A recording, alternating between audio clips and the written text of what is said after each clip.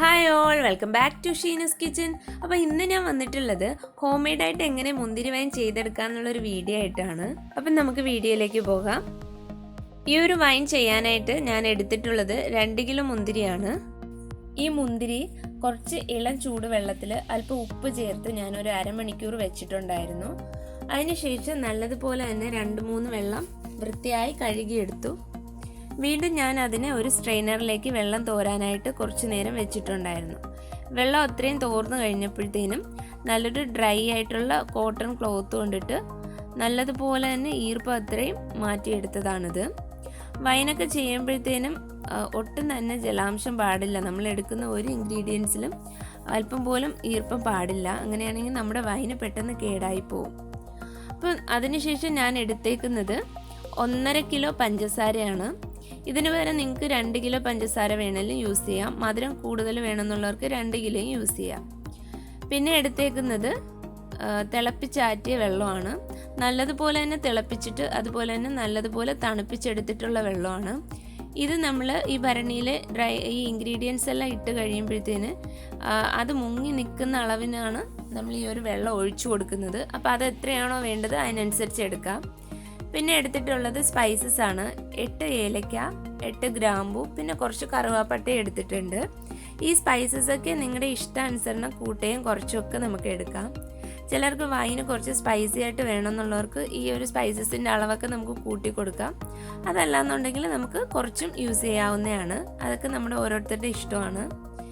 അടുത്തതായിട്ട് ഞാൻ എടുത്തിട്ടുള്ളത് ആക്റ്റീവ് ഡ്രൈ ഈസ്റ്റ് ആണ്. ഇതൊരു 2 ടീസ്പൂൺ എടുത്തിട്ടുണ്ട്. പിന്നെ നമ്മുടെ നോർമൽ ഗോതമ്പാണ് എടുത്തിട്ടുള്ളത്. ഇതൊരു 100 ഗ്രാമോളം നമുക്ക് വേണ്ടി വരും.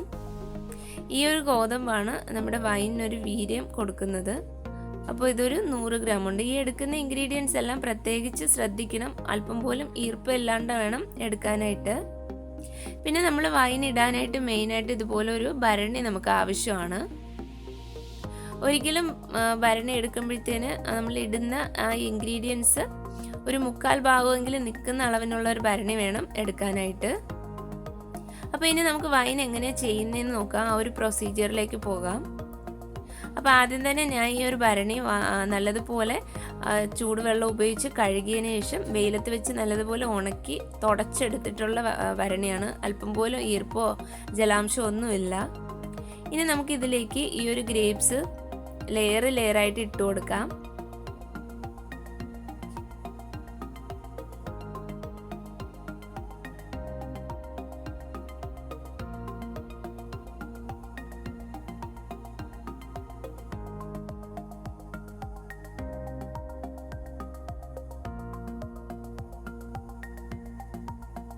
ആദ്യത്തെ ഒരു ലെയർ മുന്തിരി ഇട്ടതിന് ശേഷം നമുക്ക് കുറച്ച് പഞ്ചസാര അതുപോലെ ലെയറായിട്ട് ഇട്ട് കൊടുക്കാം.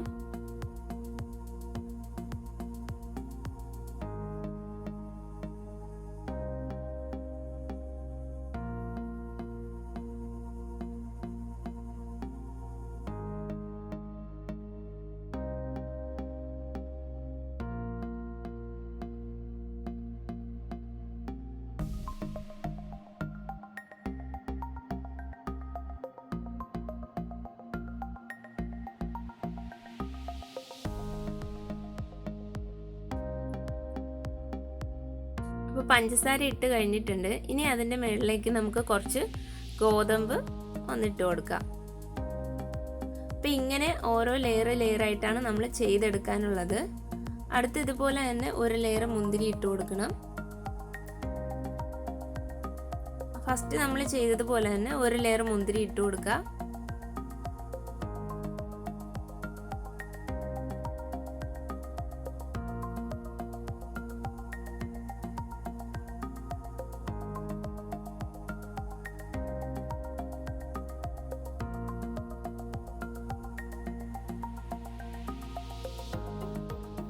മുന്തിരി ഇട്ടതിന് ശേഷം അതിൻ്റെ മുകളിലേക്ക് ഒരു ലെയർ പഞ്ചസാര ഇട്ട് കൊടുക്കാം.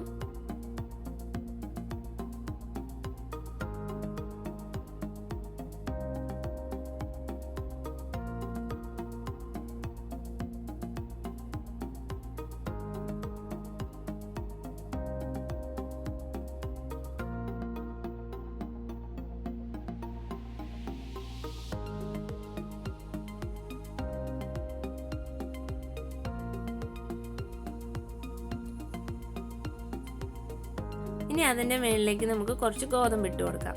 ഇങ്ങനെ ഓരോ ലെയറും നമ്മൾ എത്ര മുന്തിരി ഉണ്ടോ അതിനനുസരിച്ച് നമ്മൾ ഓരോ ലെയറും ചെയ്ത് കൊടുക്കണം.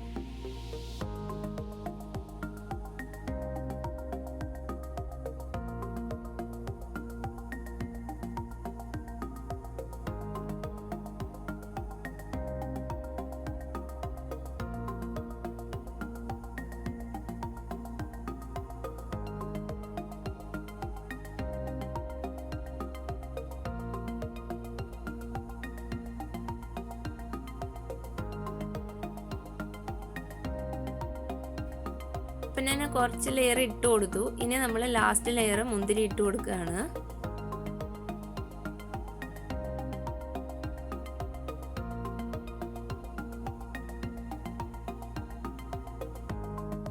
ഇനി ബാക്കിയിരിക്കുന്ന അത്രയും പഞ്ചസാര അതിൻ്റെ മുകളിലേക്ക് ഇട്ട് കൊടുക്കാം.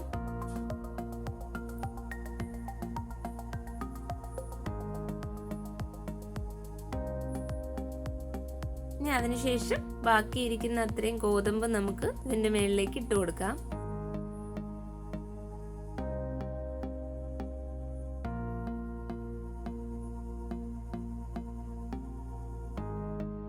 അതിനുശേഷം നമ്മൾ എടുത്തു വെച്ചിട്ടുള്ള സ്പൈസസ് ഇട്ട് കൊടുക്കാം.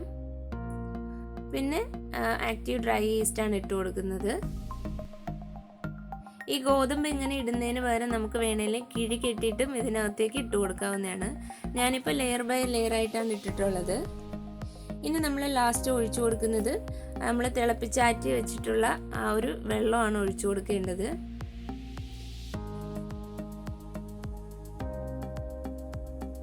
എത്രത്തോളം ആണോ അത് മുങ്ങി നിൽക്കുന്ന അത്രയും വെള്ളം നമ്മൾ ഒഴിച്ചു കൊടുക്കണം.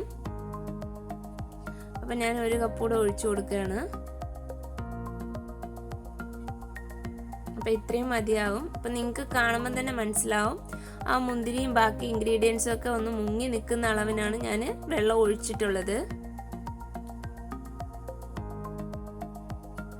ഇനി ഇതിനെ ഇതുപോലുള്ളൊരു തടിത്തവി ഉപയോഗിച്ചിട്ട് നന്നായിട്ടൊന്ന് ഇളക്കി യോജിപ്പിച്ച് കൊടുക്കണം. ഇളക്കുമ്പോൾ പ്രത്യേകം ഒരു കാര്യം ശ്രദ്ധിക്കുക, നമ്മൾ ഇളക്കുന്നത് എപ്പോഴും ഒരേ ഡയറക്ഷനിലായിരിക്കണം.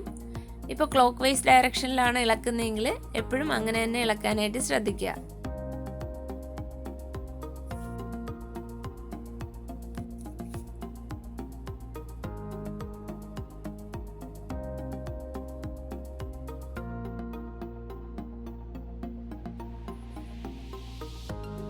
ഇനി ഇതിനെ നമ്മൾ നല്ലതുപോലെ തന്നെ മൂടി വെക്കണം.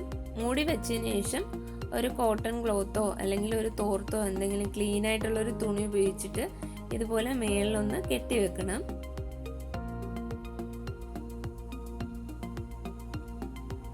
കെട്ടി വെക്കുമ്പോഴത്തേന് ഒരുപാട് ടൈറ്റായിട്ട് കെട്ടേണ്ട ആവശ്യമില്ല. കുറച്ചൊന്ന് ലൂസ് ഇട്ടിട്ട് വേണം ഒന്ന് കെട്ടി വെക്കാനായിട്ട്.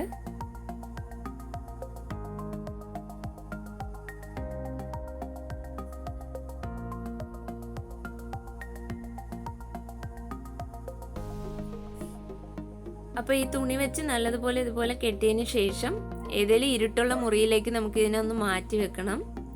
ഇരുട്ടുള്ള മുറി ഇല്ലെങ്കിൽ ഏതെങ്കിലും കബോർഡിലേക്ക് മാറ്റി വെക്കാം. ഒട്ടും തന്നെ സൺലൈറ്റ് കടക്കാത്ത ഏതെങ്കിലും ഇരുട്ടുള്ള ഭാഗത്ത് വേണം ഇതിനെ ഒന്ന് മാറ്റി വെക്കാനായിട്ട്. അങ്ങനെ 21 ദിവസം വെച്ചതിന് ശേഷം പുറത്തെടുത്ത് ഇതിനെ നല്ലതുപോലെ തന്നെ പിഴിഞ്ഞ് അരിച്ച് വേറൊരു ഗ്ലാസ് ജാറിലേക്ക് നമ്മൾ വൈൻ മാറ്റിയെടുക്കും.